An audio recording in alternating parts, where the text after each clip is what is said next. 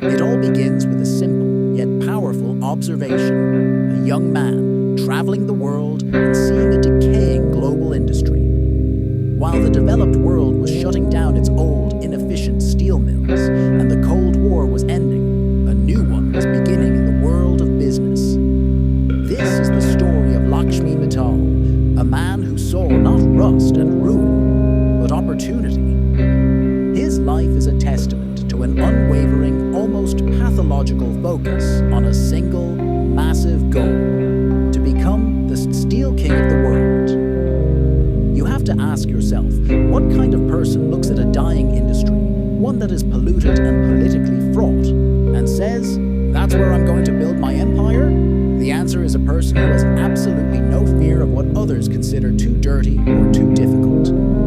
He never wanted to just be a good businessman. He wanted to be a conqueror. His father had built a successful steel company in India, but Lakshmi had a different vision. While his family's business was content to stay within the borders of their home country, Lakshmi ventured out. His first major move was to buy a small, struggling steel plant in Indonesia. It was a factory that no one else wanted, and it was a direct punch to the face of the traditional steel industry. He didn't just buy it, he turned it around, using his deep understanding of efficiency and modern management to make it profitable. This wasn't just a business deal. It was his proof of concept, a demonstration of his buy, turn around, and expand philosophy. But he wasn't done. The year is 1989, and as the Berlin Wall falls, Lakshmi Mittal sees an opportunity that no one else does. The formerly state-owned steel mills in Eastern Europe were crumbling, and the Western world had no interest in them. But Mittal was different. He flew into Kazakhstan, Poland, and Romania, going into countries that were politically unstable and buying their broken-down factories for pennies on the dollar. He was a pioneer, a man willing to go into hostile territory and make a deal. He didn't just buy these mills. He brought in new technology, streamlined their operations, and laid off thousands of workers, making painful but necessary decisions that turned them into modern, profitable assets. He was not just a businessman. He was an economic force, a man who consolidated a fragmented, dying industry into a single, global powerhouse. And here, as the most compelling part of his story, he wasn't a product of the Western business school system. He was a self-taught visionary who saw the future in the past. His most famous battle came in 2006.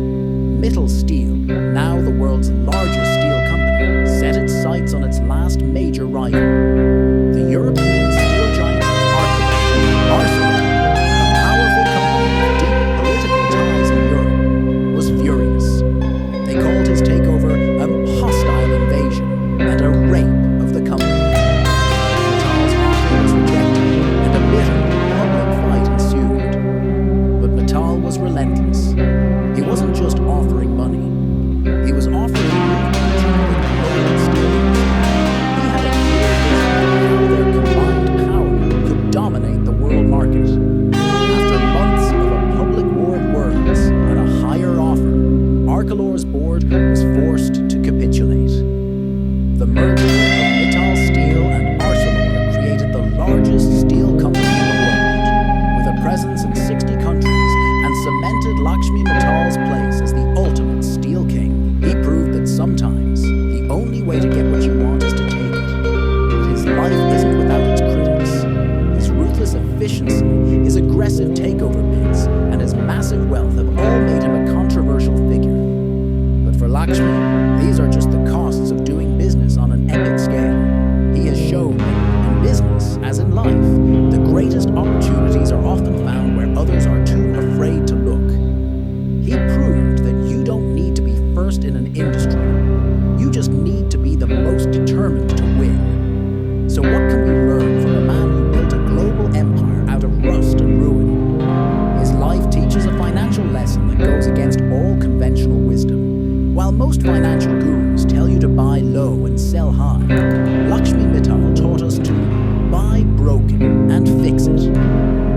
He showed that the most most valuable assets are often the ones that have been neglected and undervalued. His story is a masterclass in seeing a grand, unifying vision in a chaotic, fragmented market. He proved that true wealth comes not from following the crowd, but from having the courage to go where no one else dares to go.